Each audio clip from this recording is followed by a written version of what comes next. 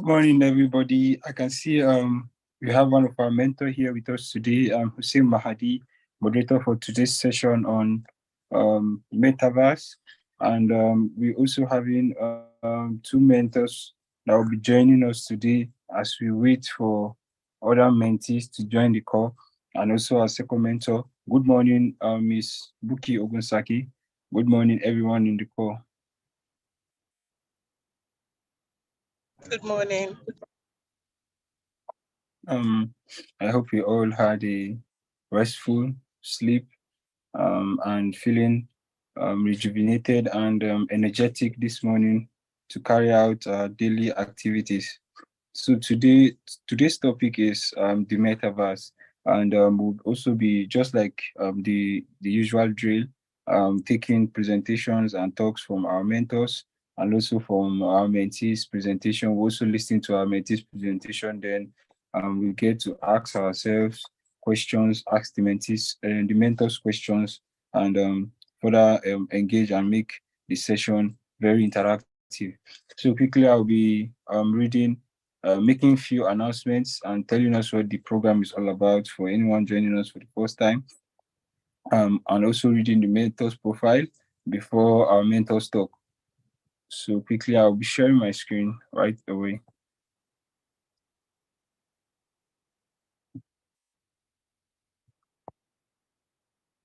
Right, JIIPCC Mentorship Program is an internship program, a quarterly program for students and young professionals in Africa. Mentees are afforded the opportunity to access valuable advice, training, network, mentorship, internship, discussion forums, industry updates, and resource materials from experienced mentors.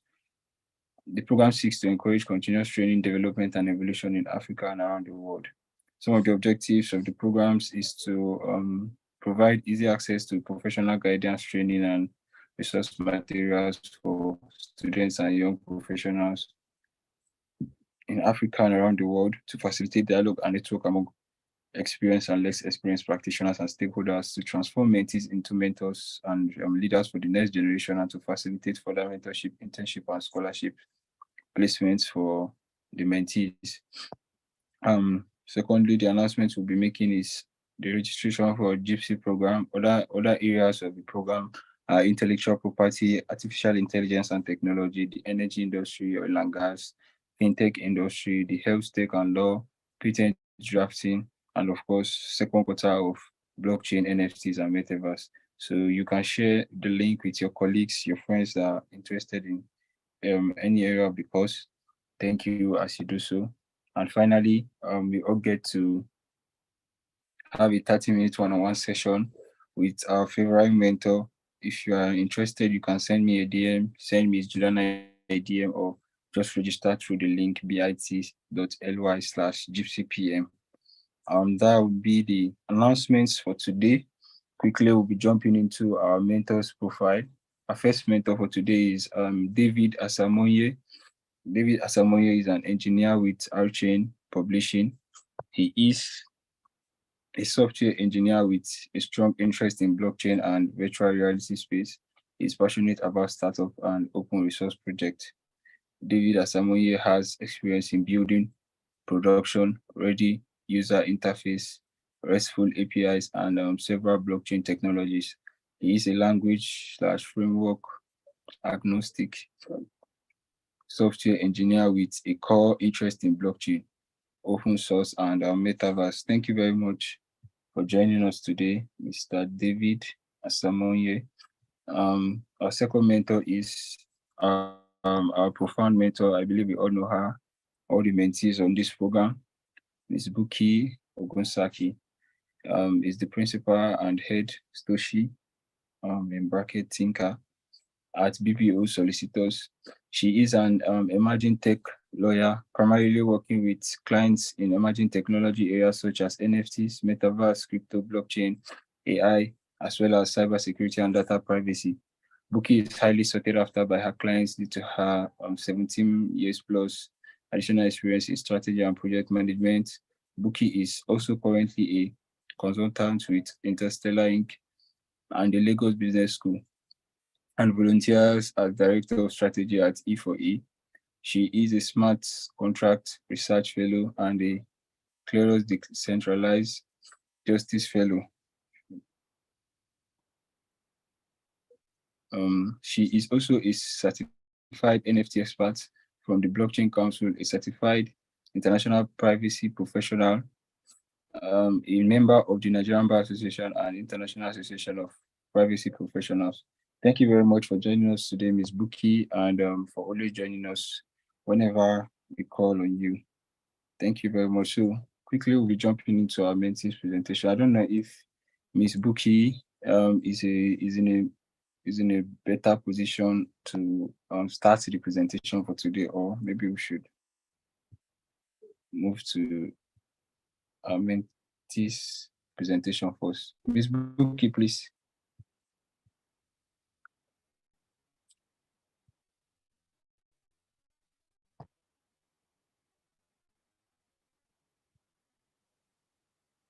Yes, I'm just getting into the building. So just Okay, I can see how. Yes, so that the mentees can go first. So please, thank you very much, ma. Mentees presentation. I think I sent some reminders earlier for the presenters to be ready immediately. So please, you can share your screen and start your presentation. Thank you very much.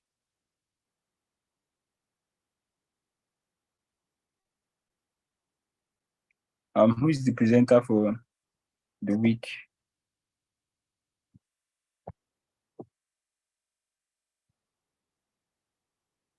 You are muted, Apofuri, you are muted.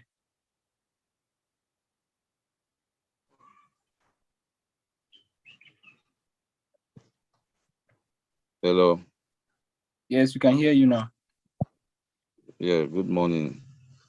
I'm the presenter. Yeah. Thank you very much. I'm supposed to be presenting why my other members will be sharing this slide. I don't know if they're also available. Okay. Yeah, I can see they're sharing this slide. This is our topic for week 4, group 2 or group 1. We'll be presenting on Metaverse. We'll be talking on the technologies involved in the Metaverse, investment in the Metaverse, extended, augmented, virtual and mixed reality, and also the different experience in the Metaverse. Firstly, we'll be looking at Metaverse itself. Metaverse is a form of virtual world where users can interact with each other to engage in activities such as gaming, socializing, and business activities. The concept of Metaverse was first brought into the fore by Neil Stephenson in one of his science fiction novels called Snow Crash, where he introduced the word of the concept of Metaverse. In his book, he envisioned an online universe where people could interact in a form of reality resembled environment using avatars to explore real-world problems and challenges. And this idea has been brought into practice by tech companies, which have managed to invest a lot of money, certainly investing billions of dollars in this online environment. Metaverse today has gained popularity because globally, a lot of users are now interested in this new emerging technology in this form of experience that it gives to users, especially in the market space. Metaverse has a lot of technologies that makes it practicable for users to engage in this real life reality. So it basically has 7 significant technologies that are involved in building of this Metaverse world. Firstly is the blockchain technology. Blockchain technology, as we all have discussed earlier, is about collecting and storing of information in groups known as blocks and these blocks have limited storage. So when these blocks are closed, when these blocks collect data and is filled to its capacity, it will be closed.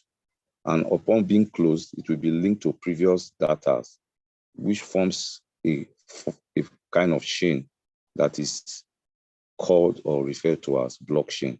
So definitely, this blockchain technology has been the foundation of Metaverse, because most applications run on blockchain technology on the Metaverse, because it's quite decentralized and transparent and open to users from many parts of the world and location. Secondly, another part of technology that involves in the building of Metaverse is the cryptocurrency.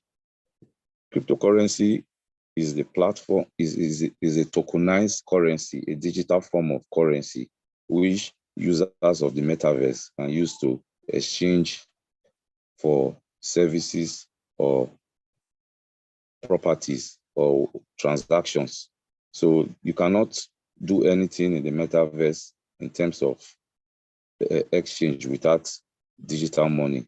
So because you cannot use real money in Metaverse. So definitely cryptocurrency was introduced into this Metaverse for users so that they can interact and do transactions in Metaverse.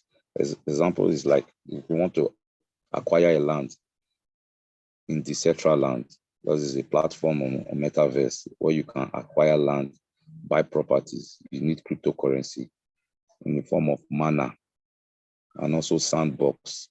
You can also use Sand cryptocurrency. So these currencies are tokens that you can use also in game and other activities in the Metaverse. Thirdly, another technology that is intricate to the building of the Metaverse is the augmented reality and the virtual reality, which is known as AR and VR. Augmented reality and virtual reality, they help to create this real life experience, immersive experience, where you can engage in 3D environment in the Metaverse, and also you can also have physical simulation in terms of feeling, touching, those kind of physical attributes where humans can be able to use their 5 senses in real computer world. Those are the areas where the AV, the augmented reality and the virtual reality comes to play. And this technology has helped in this area to create real life experience for users in the Metaverse, where you have something similar like a real life scenario. You can feel, you can touch, you can experience real life experience. So this technology helps in producing these senses to the users of Metaverse. Another technology that have helped in building the Metaverse is the artificial intelligence, which is also known as AI. AI technology from the business is, it's kind of improve the performance of the Metaverse in terms of planning, strategizing, decision-making in meeting and user interface. It helps in making faster computing and processing of data. It also makes use, I think, with the aid of a machine learning too. Those are the techniques where this artificial intelligence has been used in the Metaverse. And also the areas of game, non-playing gamer. When you engage in game, the computer aspect of it, non-playing gamer, the artificial intelligence has also helped in these areas, in the area of gaming, and also in creation of avatars in the Metaverse, where you can appear in form of avatars and also analyze 2D and 3D images so that you can have accurate, realistic appearances of any image that you want to represent yourself in the Metaverse. Then fifthly, another technology that has helped in the Metaverse is also the 3D reconstruction. Though the 3D reconstruction is not new, but because of the pandemic era, people could not really go out. There was pandemic and a lot of social interaction was reduced. So companies started going into this 3D reconstruction, especially in the real estate and also to generate virtual property and also showroom tours for their customers. So it really helps. So since then, it has been adopted to help in the metaverse reality because it uses cameras such as 3D cameras and also other reconstruction technology to render images in terms of building objects and also characteristics. These are collected by 3D cameras and 4K photography, which will then be passed into the computer to create a lifelike simulation, which are used in the metaverse. Also, another part of the internet, the technology that has helped in the building of the metaverse is the Internet of Things, also called IoT. This concept was introduced, I think, 1999. It refers to the system where elements of the physical world are connected through the internet to the metaverse with the use of sensors and devices, other computer devices. Upon such connections, these physical elements that have been moved into the digital world, we have a unique identifier, which will be able to send and receive information and data automatically. So basically, the Internet of Things also uses the machine learning and algorithm also in decrypting and encrypting, so as part of the metaverse environment will be more realistic. The last, but not the last technology that the metaverse has used or still using to improve its performance is the edge computing and the 5G network, especially in the commercial spaces. These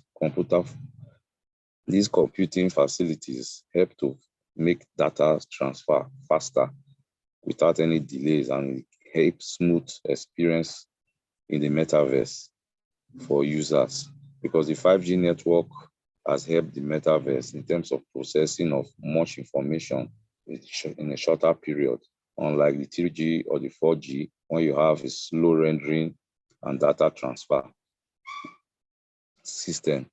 But now with the 5G, it is more improved. So we have more rollouts of 5G users, which has also helped the efficacy of metaverse experience in terms of giving users a balanced view and experience of the metaverse. We'll be looking also into, in my presentation, the investment in metaverse. Investment in metaverse. From the research gathered, it has been identified that metaverse could be worth $800 billion or more by 2030, which shows that there's a global growth and trend in users making use of this metaverse in daily life all around the world, because especially in the developed nations, like in Europe, America, and Asia, investors are jumping into this trend, into this market, because it's a kind of lucrative potentials for investment in the future. So the metaverse, a lot of companies are investing. Great companies have invested billions of dollars in research and development of this metaverse, especially in the areas of the cryptocurrency, areas of cryptocurrency. We have the areas where the central land with cryptocurrency, we have the most popular that we know as Decentraland, Cryptomana, the Sandbox, and many others.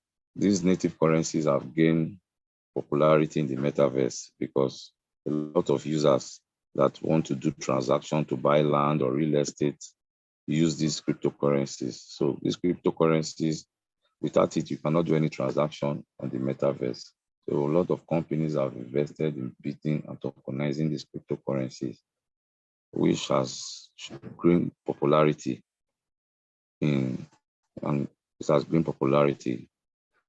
Now, we have other investments that companies, you can also buy, you can invest in metaverse companies. Companies like, I think, Meta, we have Microsoft, we have companies that are Vidya, NVIDIA, and also Meta platforms and Snap platforms. So if you buy into the shares of these Metaverse companies, you're actually investing in Metaverse, which likely may grow in revenue, which may grow in profit. Also, these companies that are investing in Metaverse are also listed in stock exchange. So we have Meta stock. So we have these Meta stocks of these companies like Meta platform that are listed in New York Stock Exchange and other stock exchange in the world, in Europe, where if you invest in these Metaverse companies in their shares, they get benefits in terms of dividends. Also, these companies have ETFs, exchange traded funds, where you can also invest. This exchange traded fund is like a pool of companies or tech companies coming together. And if you invest in one of them, you are investing in a lot of them. So any shares that go into these ETFs are also investment in Metaverse. And companies like Meta have been spending billions of dollars in their research and development in the hardware space of the Metaverse. Recently, they produced an Oculus headset, which is already making waves in terms of hardware space of the Metaverse. Also, companies like Snap are spending millions on their research and development on the VR, virtual reality, and AR software capabilities. And a lot of manufacturers are turning to such companies to help build their digital twins so that they can troubleshoot problems and optimize their production processes. Also, are companies into AI software. Companies like NVIDIA, we create simulations that are excellent in Metaverse solutions, such as the Omniverse. These are companies that are really investing in the Metaverse currently, and many of them have they are already listed as tech companies and global stock exchange around the world. And a great way to participate is for you to invest in the Metaverse ETF, the exchange traded funds, and cryptography also is another trend that investors are looking into in the Metaverse, since our identity in the Metaverse is very, very important. Pseudonomy is allowed. So tech companies like Coinbase are investing in research and development in cryptography. So an investment in Coinbase is also important, and also part and parcel of investment in Metaverse. So basically, what people can create their own NFTs also in the Metaverse. If you can invest in NFT brands like companies like Adidas, designer companies, textile companies, they trade with these NFTs to create a unique brand where users can also acquire as a token. So you can also buy lands and properties on the Metaverse in form of NFTs, where you can develop, to build, to let those residential properties out to users. Also, you can create your own platform through this Metaverse, where you can invest and go into real estate business for Metaverse users, which Decentraland, Sandbox, and a lot of CryptoVoxes and a lot of platforms are currently doing now in the Metaverse. Users can also rent and also buy Metaverse bidding. People would like to buy Metaverse bidding close to celebrities or close to a particular location or a particular area based on what is trending. So these are a wide range of aspects where you can invest in Metaverse. This presentation has been done together with myself and my team. Okafor Shinelo, Akpofure Paul, Omose, myself, Ibo Cynthia, Wamaka, Okpara Raymond, Shuko Emeka. Thank you, everyone. Thank you very much, Apopure Paul, for that wonderful presentation. I could see you tried to skip some parts based on the constraint of time. Thank you very much.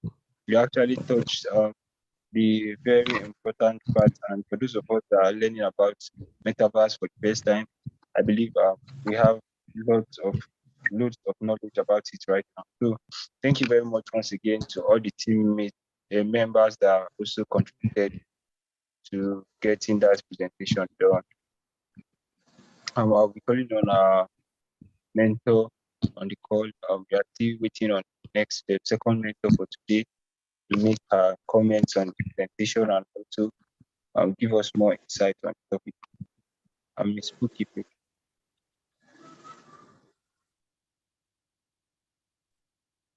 Good morning, everyone. Trust you are doing Good great morning. today. Yes, It's ma'am. awesome again to be here. I think I'll just go with my comments from the presentation first. The presentation was extremely interesting. It's interesting to see how much information and knowledge that has been garnered in the space already by the mentees, and that is extremely encouraging, if I can say that. I really enjoyed the presentation on the investment in the metaverse, particularly. That was my favorite part. So I just wanted to say well done to the team. I don't know if I put anything else. Yeah, the coverage was a lot because we can see that the space is very wide. You mentioned various companies and projects in the space already, which is also extremely good. And I would just like to challenge each and every one of you to even get to know the metaverse even more. Because if you have this knowledge already, that's quite impressive going into the workspace and the corporate environment. Please get yourselves involved in one project or the other, after this, so that it becomes practical knowledge and working in the space. So well done to each and every one of you. Thank you so much. You've already done so much already. I don't think I have that much to cover. So I think I'll just share the part of my presentation that has to do with the legal aspects of the metaverse. So let me see if let me know when I can see my screen.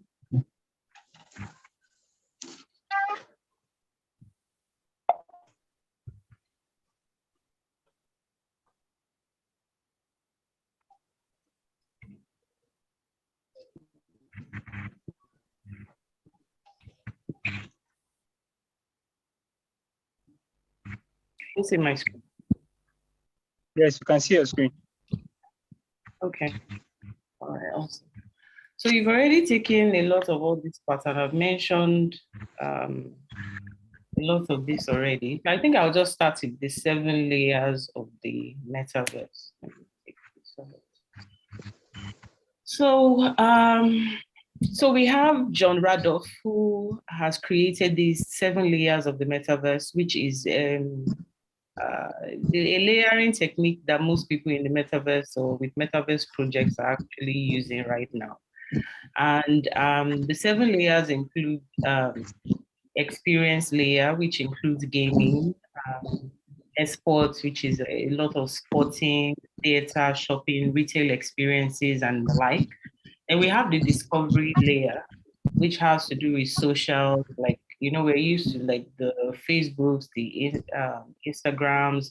This layer will be curation, social feeds, advertising, and whatnot for different individuals. And then we have the creator economy, which is likely my favorite part, which has to do with design tools, asset markets, like you were talking about when you were speaking about the investment in the metaverse, talking about workflow, people who are going to the metaverse to work and earn a living, and also meta commerce, which is kind of like the e-commerce, but in the metaverse form.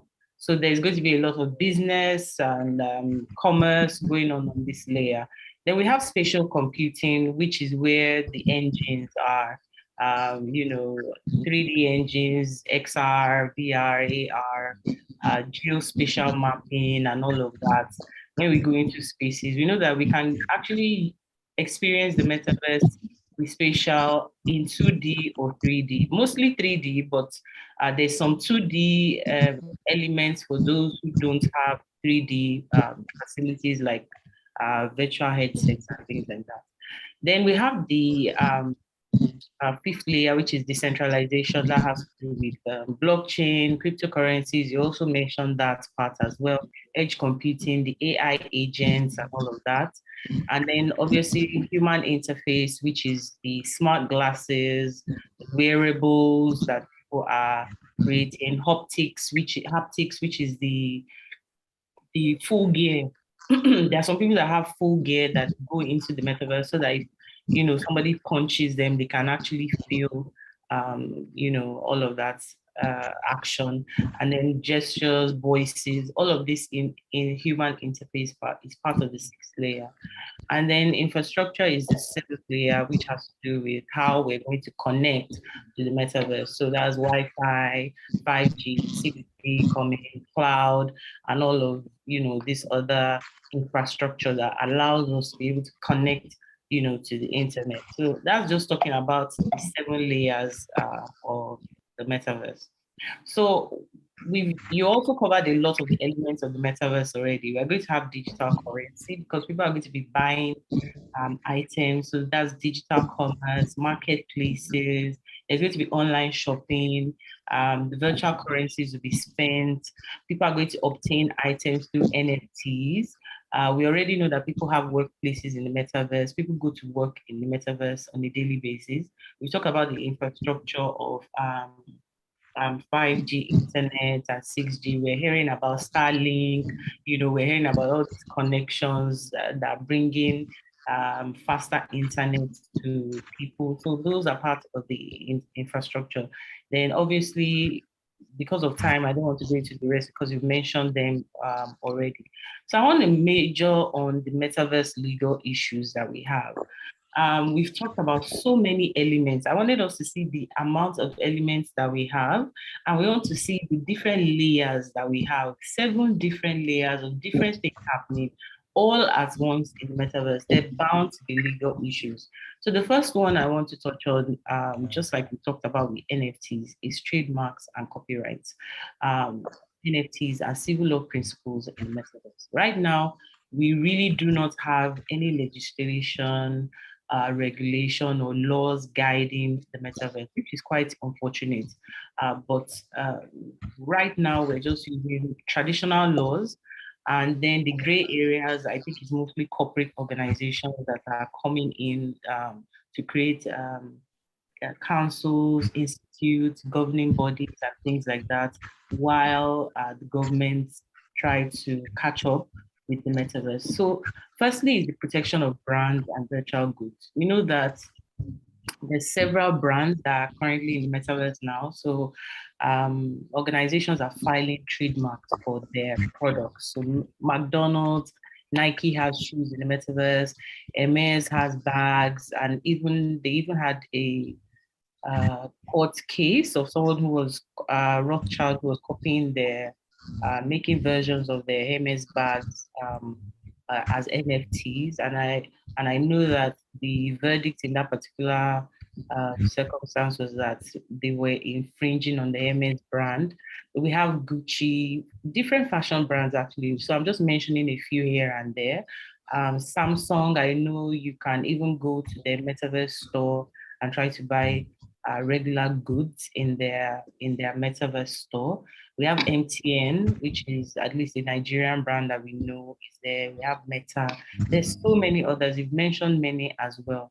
These brands are now realizing that they need to protect their brands and their virtual goods in the metaverse because the metaverse, the way the metaverse functions, is slightly different from the way we function in the real world.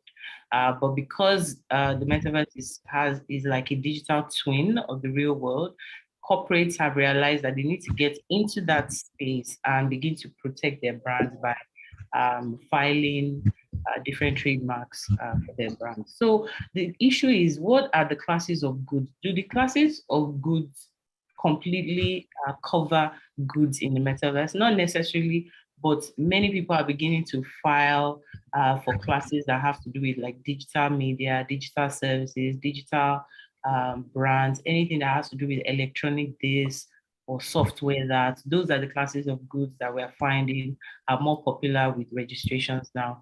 Then there's also copyright infringement. So there's a question of authorship. Who is the owner? Uh, Depending on who creates and who owns an avatar. For instance, if an avatar creates a work, who is the rightful owner of that particular work? So there are different questions that come about. Right now, it's tilting more towards the creator of the avatar owns the work. But these questions leave certain gray areas that legislation and regulation need to come in and kind of bridge the gap between those areas. There's detection and enforcement of infringement. How do we enforce infringement in the metaverse? How do we detect them in the metaverse? Then there's also the issue of jurisdiction. The metaverse is not like the real world. In the real world, you have lawyers in Nigeria that practice in Nigeria. We have lawyers in the US who practice, within US laws. What laws are we going to use for the metaverse? And with the metaverse, you have people engaging from different jurisdictions on a daily basis. So if we have two people, one from Malta and one from Nigeria, which of the jurisdictions are we going to use for that particular circumstance? So the question of jurisdiction also comes into play when we're talking of copyrights as well, because the laws do actually vary. We also have cross-border metaverse transactions, like I just mentioned. People are transacting from different parts of the world. People are entering into agreements from different parts of the world. People are creating smart contracts from different parts of the world. We could have different parties as part of a smart contract. How do we guide the principles of the cross-border transaction? Which jurisdiction takes supremacy in that particular circumstance? Then there's also the issue of civil rights. We have, in the case where an avatar dies, for instance, what happens? Can the avatar hand over? Can the avatar create a will? Can the avatar itself be inherited by somebody else? Can avatars be sued? Can avatars trespass? So these are the questions that we're asking that there's nobody really answering the question. And then we also have data protection challenges, responsibilities of data controllers, data processors, data administrators in the metaverse. Who is guiding this? How do we collect personal data? We know that a lot of the VR headsets collect a lot of information, and this is sensitive personal information. So we're talking about biometrics, facial recognition, bodily movements. The VR headsets even know what is happening in your environment. For instance, if the lights are off, the VR headset will tell you, to switch the light on because it needs more, it needs lights to be able to scan your environment. So it's collecting a lot of information. Research shows that even brain waves can be collected by the headsets, eye movement, dilation, and all of this through the headsets. How are we guiding corporates who are collecting this information? What are they using the information for? Are we able to access that information? There's also the question of deletion of data, because we know that the GDPR principles and the NDPR and other data protection laws guide that data subjects can actually request the deletion of their data. They have the right to be forgotten. Data should be portable. How do we marry all of this information, especially with regards NFTs and other items in the metaverse? So we see that there are so many legal issues here. There's also the importance of cybersecurity, identity theft. We know that there's a lot of it could be a lot of hacking in the metaverse. People's identities can be stolen pretty easily. What happens in those particular circumstances? There are deep fakes already as well. With the use of AI, you could pretend to be someone that is different. easily in the metaverse. So you could hack into the person's persona. Once you have the person's information, you can actually pretend to be the person, or you can have access to the person's information once able to hack into the person's account. These are things that we need to focus on and create regulation around. There's the issue of accountability and enforcement. So I was mentioning at a seminar that if I am an avatar, um, am I restricted to only one avatar? Am I allowed to have 10 different avatars? What if one of the avatars that I have creates a crime in one particular place? What happens? Do we restrict identity of avatars to one per person? Or do we create biometric information or connections for each particular avatar? These are questions of legalities that need to be sorted out. There's ransomware, there's general data security, how data is stored and how it is kept secure. So cybersecurity regulations need to address all of this. There's also AI regulations. We know that. I know the EU has the AI regulation pending right now. Does Nigeria have AI regulations? How do we describe avatar rights? Can an avatar create a work like I mentioned earlier? With this change under regulation, there are AI bots, there are AI influencers. In fact, I noticed a particular AI influencer on Instagram. I believe she has about 16 million followers, and this is an AI completely created by a particular person, has her own persona. She actually does adverts for Calvin Klein and some other fashion products brands, and she's completely an AI influencer. So for that particular AI influencer, does she have rights? When it comes to her employment, what are the employment laws? What if she creates a crime or does something wrong? Who is held responsible for her behavior? The voice behind the AI, whatever it says, who is held accountable for that? So there are different things that come to play here. There's also the issue of corporate versus public rights. In the metaverse, I always mention this aspect that corporate organizations, even though they're coming together to create councils, governing bodies, they will still mostly create laws that favor profit making for their organizations. So who is responsible for public rights in the metaverse? Who is guiding public rights? Who is speaking for public rights in the metaverse? So these things are currently lacking. There's employment law, like I said, and there's lack of regulations in all of these areas. So we can see that the space is extremely wide. And once we start talking about the legal issues that the metaverse faces, it's quite a lot. But I think that with more of us getting into the metaverse, especially different professionals, legal professionals, cybersecurity professionals, I think that at the end of the day, many of these things will begin to come to fore.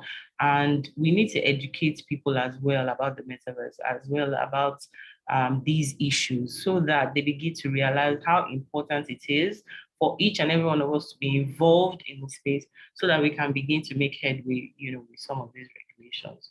So that's just some of the legal issues. Because of my time, I wasn't able to put in together much more than this, but you can imagine that even with this, we've covered, quite a lot of information. So that's it from my end today.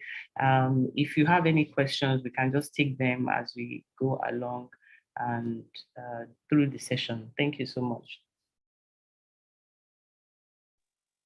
Thank you very much, Ms. Buki, for that very insightful and educative presentation, and also the comments on our mentees presentation. As you said earlier, our mentees has covered, they covered a lot of areas, and you just try to cover the legal aspect and also tell us some of the issues that we have in Metaverse. I believe Metaverse is still new, and there are still a lot of upgrades and development that will be done on it to cover some of these issues that you've said, talked about. So quickly, before we move to the question and answer session, we'll be taking the picture time. So I encourage everybody to put on their videos. But before then, I also have something to just share about the metaverse. I think I watched this movie in 2018. I don't know if any of us here have watched the movie, any metaverse lover.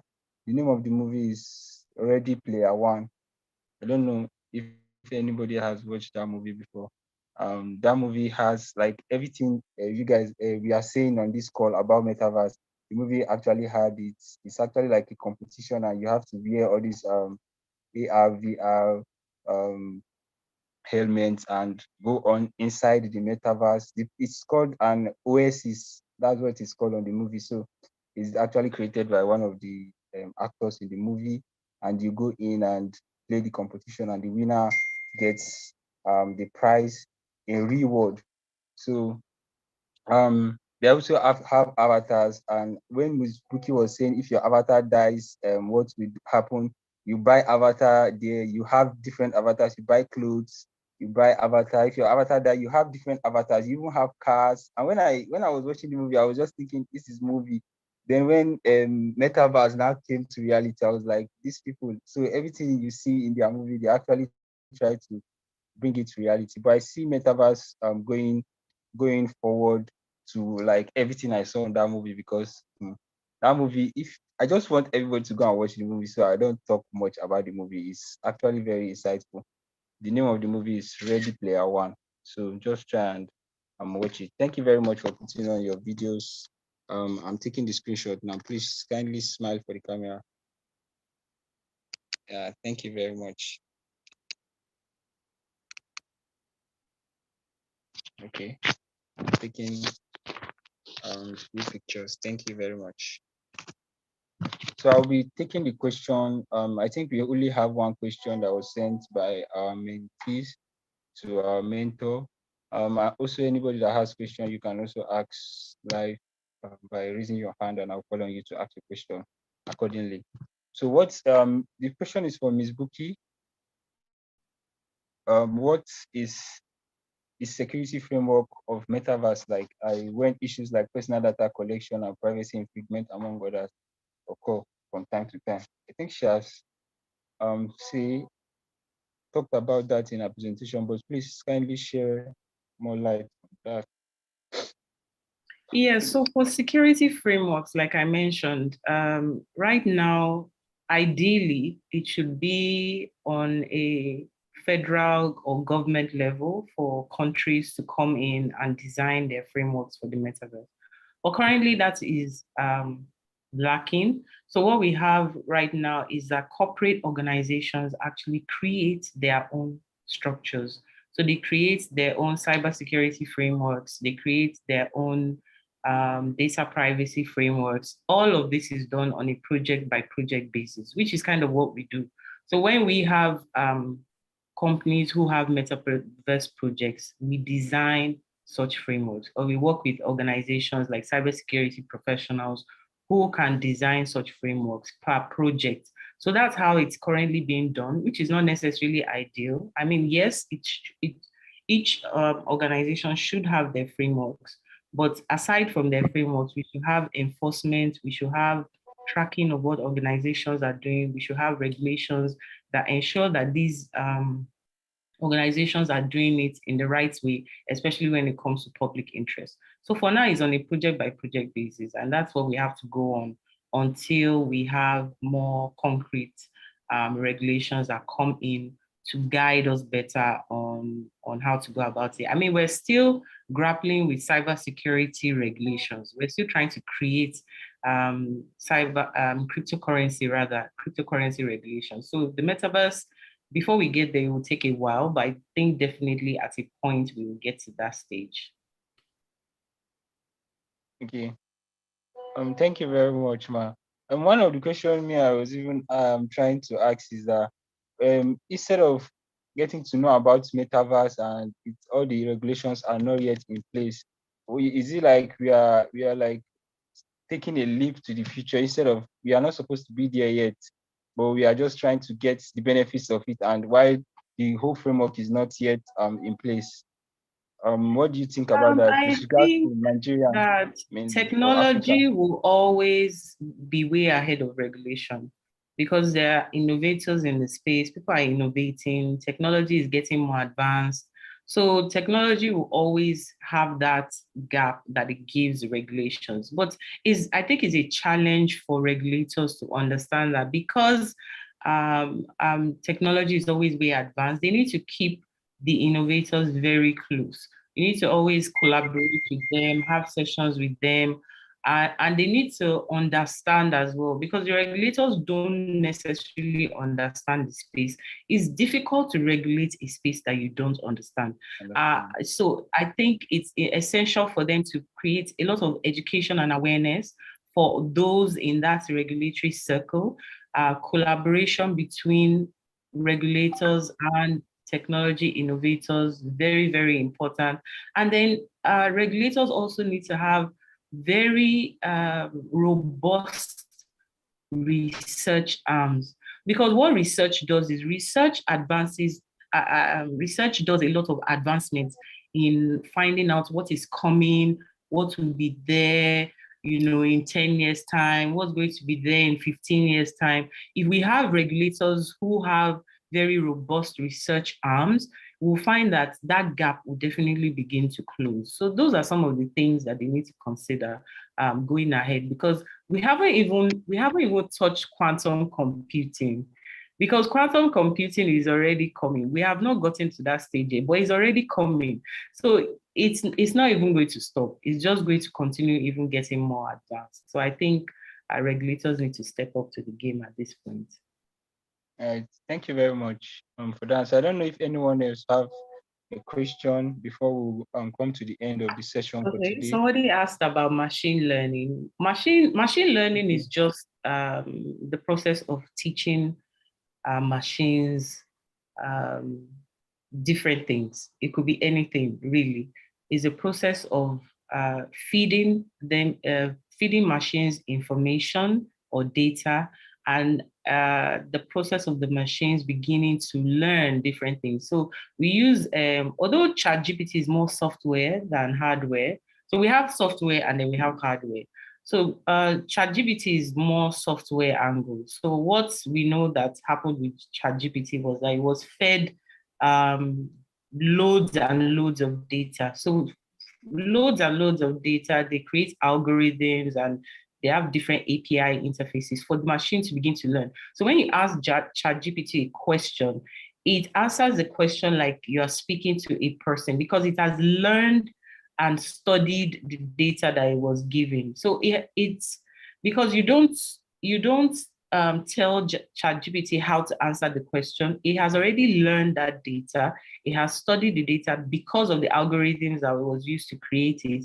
And then it, has sort of this mind of its own and is now able to answer questions based on what it has been fed. So that process of machine learning is where the machine learns from the data that it's given, which is the reason why many people are afraid of AI and machine learning because they believe that once information is fed into robots and all these other, hardware, they will begin to learn how to think like human beings, and that could become very dangerous.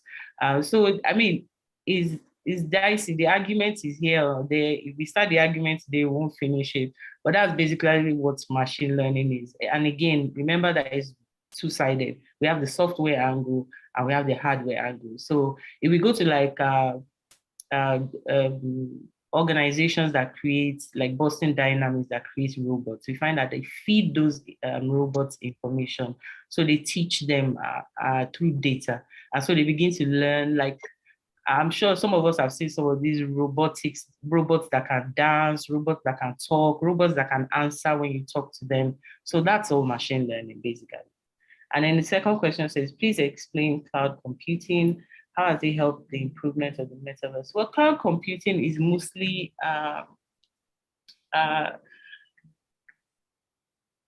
creation of storage, because previously when we wanted to store information, it needed to be stored locally on a particular hardware But right now, that information can actually be stored in the cloud, which is just definitely like a space which is not anywhere, that is created.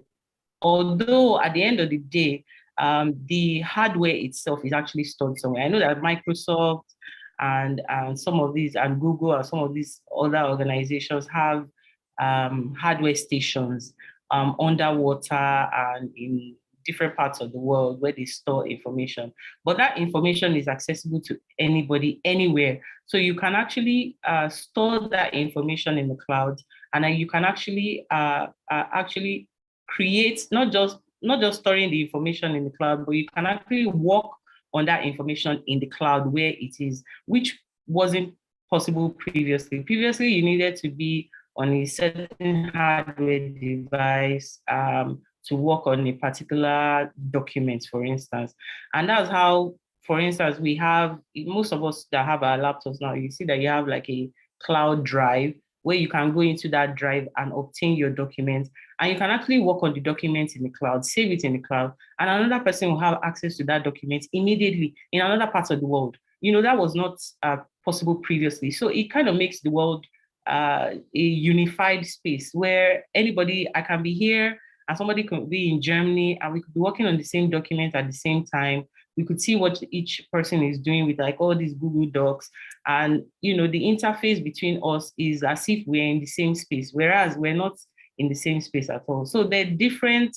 The technology advances because now you can begin to do all sorts of things. There's shipping. Amazon uses AWS for their shipping. All this information is done in real time in the cloud. So once a person enters in the information in Japan, another person sees the information in the US. So it's just at one click. Everything is organized in this certain way where the workspace is now global and anybody can do anything at the same time in those cloud spaces. So that's a simple way of explaining it when it comes to cloud computing. How this has to do with the metaverse is because the metaverse is also a space. The metaverse is not anywhere. People say I'm going to the metaverse. It's not anywhere. It's just this space that anybody from anywhere can have access to. So in the metaverse, you could attend a meeting physically with somebody in Japan, and cloud computing now makes it possible for you to be able to work on the same document with that same person in Japan. And so it feels like the world is now a global village where we're in the same space, but physically we're in different parts of the world. So that's just a simple explanation for it. Thank you.